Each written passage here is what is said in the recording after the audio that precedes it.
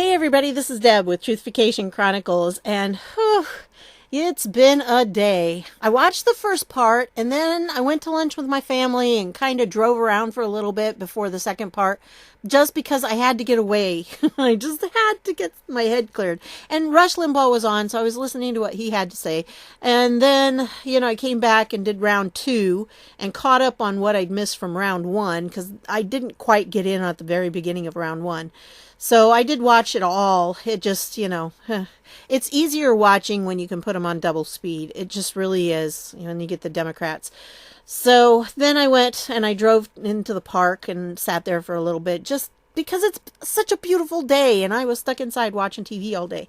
So while I was there, Hannity was on, so I got to listen to him too. So I've got a little bit of perspective from them and also, my own perspective. I don't know, it's probably nothing you haven't already heard if you've been watching things about it, but I don't want to, make this be anything grandiose. But anyway, there were some things that I really noticed about this as I was watching it. First of all, he looks old. He just looks so old, and he acted like he was old. I mean, my dad is 91, and I think Mueller is 75, I think. And my dad is a lot more alert than he was today, than Mueller was, because there was so many times when, first of all, he had to have people repeat stuff. And I do understand that because, as you get older, your thought process don't go quite as fast. And that's what happens to me sometimes. I have to slow things down a little bit. But, he just had to ask people to repeat things a lot. And it was just, it was one of those things.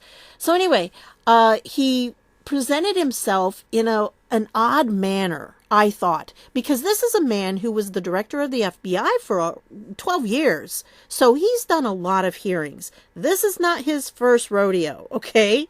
And so the way he presented himself, though, was totally kind of unsure and just hesitant in a lot of ways.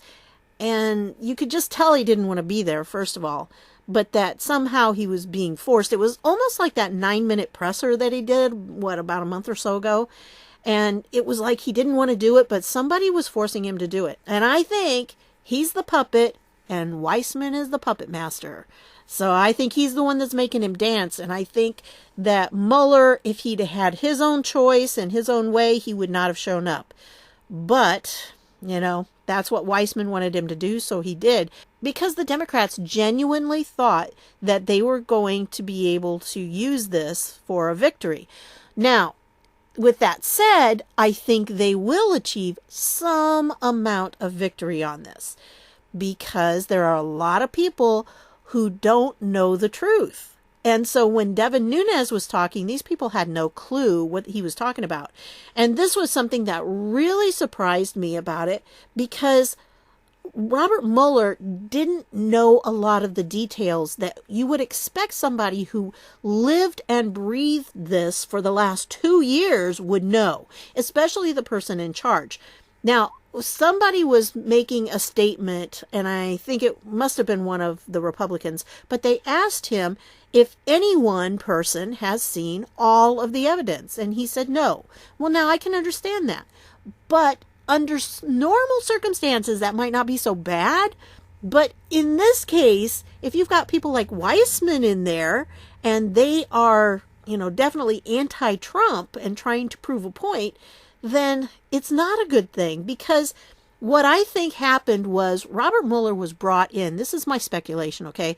Robert Mueller was probably brought in as a figurehead because he had a reputation that, even though he's got dirt on him, and I understand that, to the public, he appears to look like a good, honest, upstanding guy, a Marine, and all this kind of stuff. So he would have the appearance of being a really good person to put in charge of this. But he wasn't the one who was directing it. I am just sure of that because of so many of his responses. And Jim Jordan, I think it was, started out and asked him about Mifsud. He didn't know who Mifsud was. I mean, you could just tell on his face he really didn't have any idea who Joseph Mifsud was. And, Jordan was trying to push that, but there was nothing there. I mean, he couldn't give him information because he didn't have it. And I think a lot of times when he gave that, I can't talk about it, or I'm not going to answer that. I think it was because he didn't know. I really think so. I think that was what he used. Not all the time, obviously, but I think a lot of time that's what he was using as an excuse. So then there was Fusion GPS. He didn't know about Fusion GPS. I mean, obviously, when that question was brought up to him, his eyes like glazed over, like, what in the world are you talking about? He didn't know. And Glenn Simpson, same thing. And if you don't know anything about Glenn Simpson and Fusion GPS and Joseph Mifsud, really, how can you not know that when you've been living and breathing this for the last 2 years?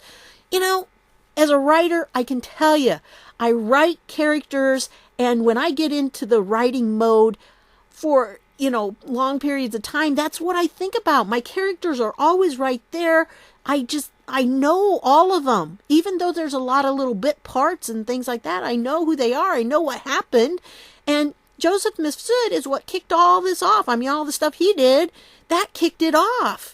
At least gave them the excuse then to start looking into Papadopoulos and Carter Page and all this. I mean, he was the excuse. We know that that was a plant and everything, but that was the thing. And if you don't know who Joseph Mifsud is, it's like, hello, have you been paying attention? And then Fusion GPS, they're the ones that did the whole dirty dossier thing, and you gotta know who they are. But yet, Mueller didn't know. So that surprised me. It was really incredible. And like I said, I know for sure that from the way that he kept accessing it, and when he would read things, and, he had to ask for the page numbers and go look it up and everything, he didn't write it. Because, again, as a writer, I know, your characters, you know what's going on. Even if it's been like a year or two since you did something, you still remember it. And maybe you don't know word for word what you said, but you do know that you said something like that. And a lot of times, it wasn't a matter of, is that how we worded it? It was more, you could see in his eyes. It was more of like, we said that? Oh, I didn't know that. I mean, really. So another thing that I noticed was one of them, and I don't remember which hearing it was. I mean, it's all a big blur as to which one it was and even who spoke, because I watched the Fox feed and they did not do a very good job, because a lot of times, this is the Fox feed right here, and a lot of times when one of the Republicans was talking, this is what you saw, and you just saw this big, you just saw everybody. So you didn't know exactly who was talking unless you knew their voices. When Ratcliffe was asking his stuff, he was just this disembodied voice somewhere, It's like, hello, if you're going to be videoing this, you really should know where the people are sitting. If you don't know who the representatives are, you maybe make a seating chart ahead of time, because their little nameplates are out there so you can figure it out. I don't know. I was very disappointed with it, the Fox feed on this. Just not the best. So I would recommend, if you watch it one of the others. I watched some of it this morning, the first one, on the TV. So I watched NBC, and that was painful. When it came to a break, it was like, nope, I'm going to go back to this. So anyway, with this, I wanted to say about the word exoneration. Somebody, one of them near the end, I think, was talking about the word exoneration, because in the report itself, near the end, it has the statement something like, we couldn't charge him, we couldn't find guilt or something, but we couldn't exonerate him either, talking about Trump. And the word exonerate there was put in for a specific purpose, because, you see, prosecutors do not exonerate. They never exonerate. That's not what they're supposed to do. Our entire justice system is set up with people are innocent until proven guilty. And so if you can't prove in court that this person is guilty of this, they are considered not guilty. They're not exonerated. You can't exonerate someone. The prosecutors cannot do that. Even the AG cannot do that. That's not in their power to exonerate people, because that means, to prove that they're innocent. That's not what you're proving. A prosecutor's job is to prove guilt. If they cannot prove guilt, then the person is considered not guilty. That's how the system works. And Limbaugh was talking about that today. And I noticed when they did that comment, I think it must have been the first one then, because if I was listening to Limbaugh, it must have been. But if they're going to use that word, why did they use it? Well, it was a Democrat ploy because you put that word in there and they said, well, we can't exonerate him. Well, of course you can't exonerate him. No prosecutor can exonerate anyone. So that was the ploy that they were using. You put it in there and then people say, well, he didn't exonerate him.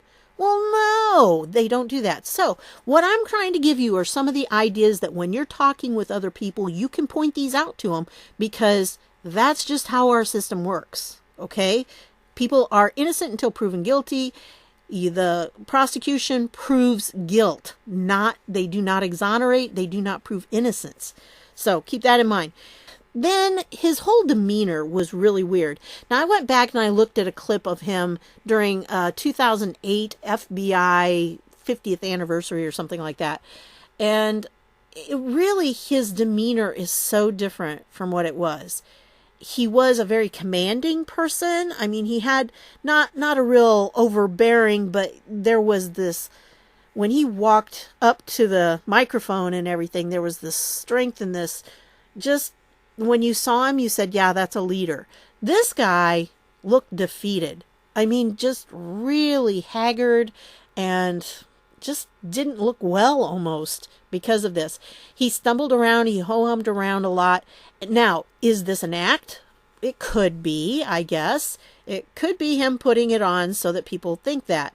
Or it could be that he genuinely was clueless about this operation, that he really was merely a figurehead, and that he really did not participate in the day-to-day operations, and that someone else did. And like I said, I'm pretty sure that was probably Weissman. Another thing that I noticed was one of the Democrats pointed this out. I think it was maybe even Adam Schiff. But they were talking about the whole witch hunt thing and asking him, do you think it was a witch hunt? Well, no, it wasn't. Well, here's the deal. Okay, we're talking semantics here. And this is something, again, if you've got any friends of yours who happen to be liberals or Democrats and you want to share this with them, come at it from this point of view, because there's a definition of this word, the witch hunt, that they are missing. They have been told through the media and through the Democrats who are in charge in the House right now, they've been told that we all believe it's a witch hunt, meaning we don't believe there was any Russian meddling in our election. You see? And that's where we get the dog poop brownies again. Now, if you don't remember the dog poop brownies, it's like if you take all the most wonderful ingredients in the world for brownies and you put them together and then you add just a little dog poop, it kind of spoils the whole brownie. Well, this is the dog poop in the brownie, okay? And that is that they claim all Republicans believe that it's all a witch hunt and there was no Russian meddling in our election. Well, that's not what we believe. We believe that, yes, there was. What we are calling a witch hunt, though, is when they're going after Trump and trying to make Trump into some Russian agent. That's what we're complaining about. That is the witch hunt. And so, see, by them lumping them all together, they're making it so that it appears that it is one thing when it's really not. So, whenever you come across someone and you want to say it's a witch hunt, make sure you define the term. Okay? Because they may not be seeing it the same way you are. And the media has been great at doing that and changing the narrative on that word. So be careful of that one. And so this one is something that I thought was, I have a list here. I wrote while I was listening to Hannity. Anyway, this one is something that I think is, well, it's kind of my speculation on this again. But it was an observation. Barr gave Mueller several opportunities to back out of this. Okay? There were statements in the letters, even that letter that I read, a couple days ago that was sent right before this hearing that limited what he could say. Even that really was giving him the option to not testify. Now, here's what we know. We know that Barr is really good friends with Mueller. I mean, they're pretty, I don't know how close they are, but they're friends. And not just acquaintances, but they're friends. And so, what would you do if you saw one of your friends getting ready to jump off a cliff? Well, the problem we have here is that Barr would like for Mueller not to testify. Now, why is that? Because Barr knows that the whole Mueller report is a bunch of hooey. Why does he know that? Because he knows what's in the documents that are going to be declassified. And he knows they prove the whole thing to be bogus. So, he sees his friend's getting ready to do that. He can't tell him about the classified documents yet because they haven't totally been declassified. He can't come right out and say, hey, Bob, don't testify. Because if he did, the mainstream media and, everybody else, all the Democrats, going to go crazy over that, saying, oh, look, he's colluding with Trump. He's, trying to keep Trump safe. And you know what they're going to say. So Barr can't say that. But what he did instead is he told him several times in these letters, hey, you don't have to testify. If you don't want to testify, I'll support you in that. If you don't want to testify, you don't have to. He told him that. He gave him the option 3 or 4 times. I think the options have been given to Mueller. And Mueller didn't take it. Now, why didn't Mueller take it? Well, he could just be dense. Some guys are. Sorry, guys. Some women are too, okay? Does that make you feel any better? I know some pretty dense women. So it goes both ways. That, that being dense is not a respecter of gender right there. So it could just be that, but I don't think it is, because you don't have somebody who was, the head of the FBI for a while. I don't think he's going to be dense. So I think what happened was, again, I think he's the puppet. I think the puppet master said, dance, Bob, dance. So he danced, and he danced very poorly. And that's what's going on. And see, right now, he's facing perjury charges. As soon as the declassification happens and Durham's done with his investigation, that's the least of what he's going to be facing. He's going to be facing a lot worse than that. But he will definitely be charged with perjury because he perjured himself today. Big time. So I really wanted to point those things out to you. And, I just think that this whole thing was a big sham, but you already know that. And the Democrats thought it was going to give them more of a boost toward impeachment. They were really hoping that he would say something about impeachment. And if you notice, they asked him to speculate a lot. The Democrats did. And whenever they asked him, he did speculate a little. He didn't speculate a lot, but he did in a few questions when he was answering. But when the Republicans asked for any speculation, oh no, he couldn't do that. He couldn't do that. And I wanted to point this out while I was listening to Hannity. He said this, that the 9-minute presser that Bob Mueller did, a month or so ago, during that, he really, Hannity says, what it really was telling Jerry Nadler and Adam Schiff, please don't make me testify, please. And I think he's probably right with that, because it was bizarre to begin with, and it seemed really odd that, he was getting up there to say the things he did, and he really spoke as if he was not going to testify. That's one reason why I said I doubt if he will, because of what he said then. So I was really surprised that he actually did show up, but that's all right too. It was interesting, and it was long. It was a very long day. So I really wanted to share all this with you and just tell you my thoughts. We all have thoughts about it. Those are mine. So that's what I gleaned from it. Oh, and Hannity had a quote that he gave about Gowdy, evidently was on after all of this circus went on. And Gowdy's quote was, the person who learned the most about the Mueller report today was Bob Mueller. And I think he's right. Because if you get a chance, Devin Nunes did a really good opening statement at the beginning of the Intelligence Committee's hearing. So that was really good. And Nunes, they kept throwing the ball back to Nunes. He was the go-to guy because Devin Nunes has kept up with all of this. And he knows about all of these different things that Mueller should know about because he was overseeing the operation. And we're not talking about little picky details. When we're talking about Joseph Mifsud and Fusion GPS, those are not minor details. Those are major things that you should know if you went through this whole thing. So for 2 years, what was the guy doing? I don't know, but I don't think he was doing any investigating. I think somebody else was doing that for him. And who knows what they came up with. Well, we know what they came up with, and it wasn't necessarily true. Or it was all the bad things. It was like they took all the bad things in it and they put them all together. So anyway, that's what I wanted to share with you. I have a new t-shirt by the time you see this. 2019, the year of the boomerang. Because this is boomerang to bite the Democrats in the butt. So that's what I've got for you on this one. I want to thank you for stopping by, and I'll see y'all later.